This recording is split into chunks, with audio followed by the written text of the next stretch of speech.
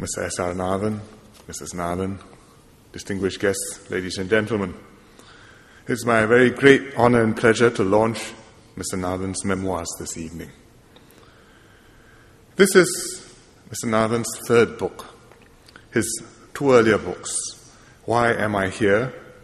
And Winning Against the Odds, recounted his experiences as a labor relations officer in the early years of the NTUC Labor Research Unit.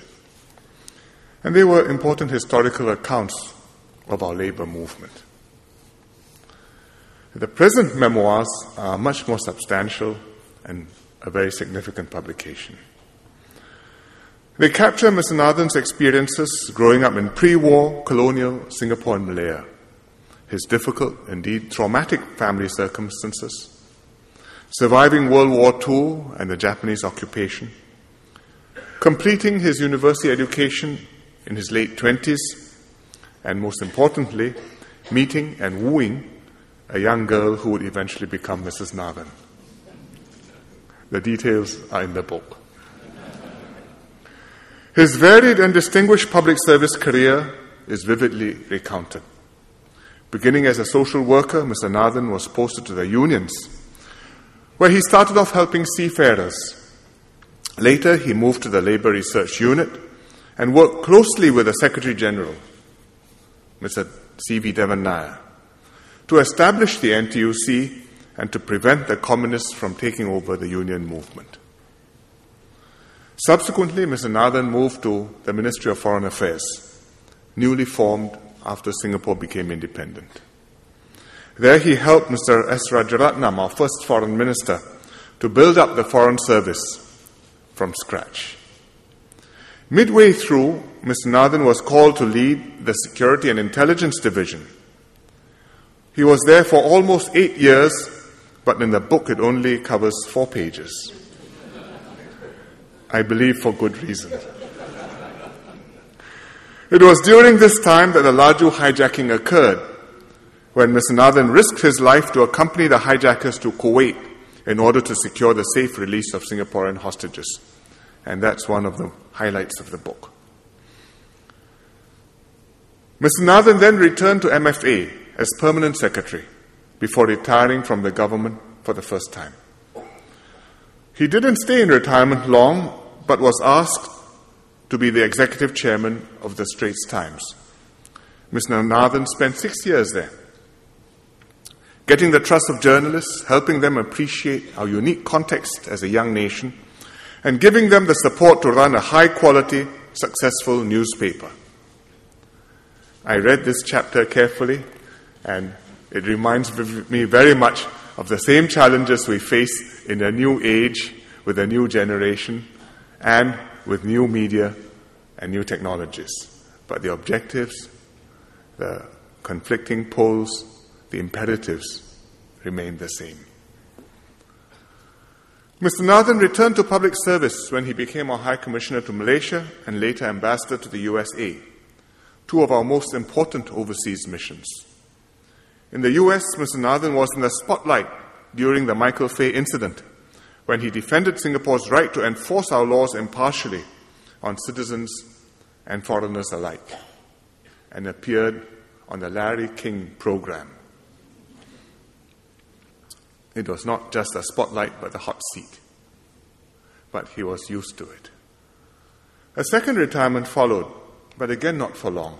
In 1999, Mr. Nathan stood for president, was elected, and in that role served for 12 years with dignity, dedication, and distinction, retiring just a few weeks ago. Mr. Nathan's memoirs provide a fascinating narrative of his long and full career, spanning an exciting and critical time in Singapore's history. The events that he experienced shaped him and formed the context of his life and directed his unexpected journey. But Mr. Nathan was no passive spectator.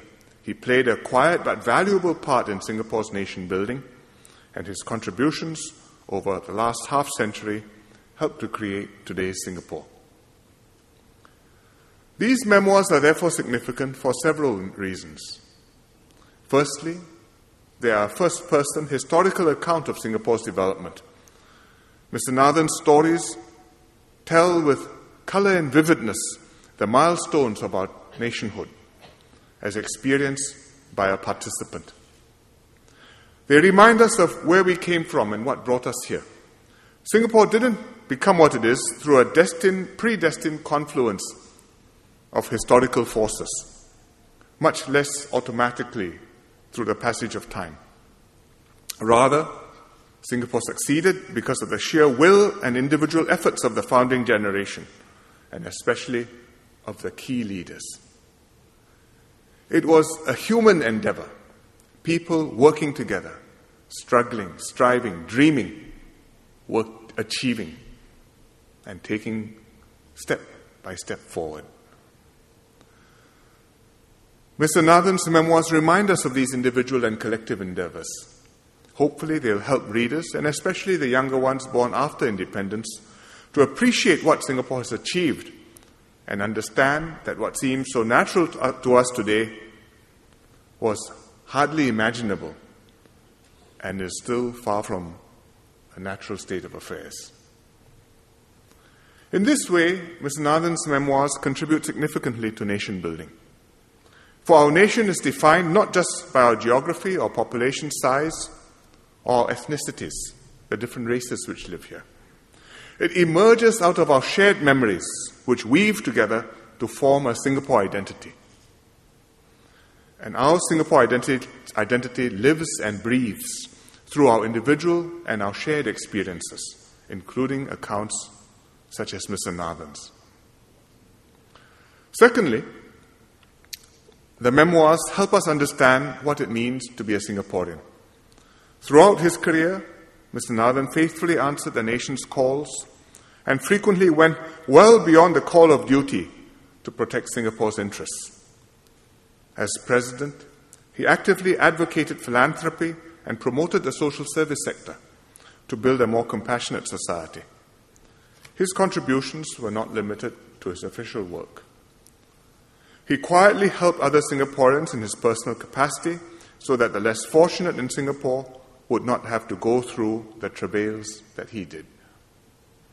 It is entirely in keeping with these values and concerns that Mr. Nathan is contributing all royalties from the sale of these memoirs to a new fund, the S.R. Nathan Education Upliftment Fund, which will support educational assistance programs by the 4 self-help groups.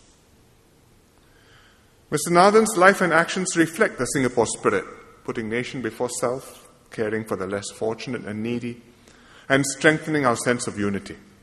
As we grow as a nation, these attitudes and values will keep Singapore a cohesive community and a home where we all belong.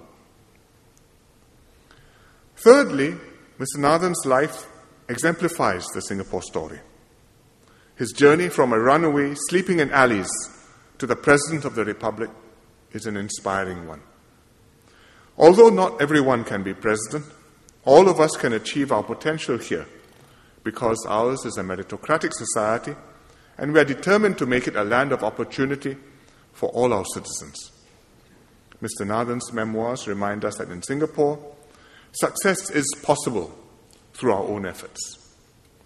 They inspire us to work hard and do our best to build a brighter future for ourselves and for our families. The memoirs also pay tribute to Mrs. Nathan, who has always been at his side. She's been a constant source of support for more than half a century and a loyal wife who made sacrifices in her family life when her husband answered Singapore's repeated calls to serve. I'm glad that this book includes a short essay by her, which in a few words conveys a sense of her warm and generous personality. Mr. Nathan's achievements would not have been possible without the steadfast support of Mrs. Nathan, and Singapore is very grateful to both of you. Mr. Nathan's journey has indeed been unexpected, as the title says, but is by no means undeserved. He has been a good son of Singapore, always helping fellow Singaporeans and building a stronger community. He's been a loyal and faithful servant of the state, always putting country before self. Finally, he has been a distinguished symbol of Singapore, serving as president with honor and distinction. I hope that many will read and enjoy Mr. Nathan's memoirs. He lived through a unique period of our history, which will not recur. Younger generations will not be the same as Mr. Nathan or his generation, because they have grown up with different experiences and in a different Singapore. But through such accounts, we can all understand better why we are here today and how special and significant Singapore is. And I hope that readers will appreciate the sacrifices of our forefathers better and be inspired to do their part in their own way to keep the Singapore miracle going. And it's now my honor to launch the unexpected journey, Path to the Presidency. Thank you very much. Thank you very much, Prime Minister.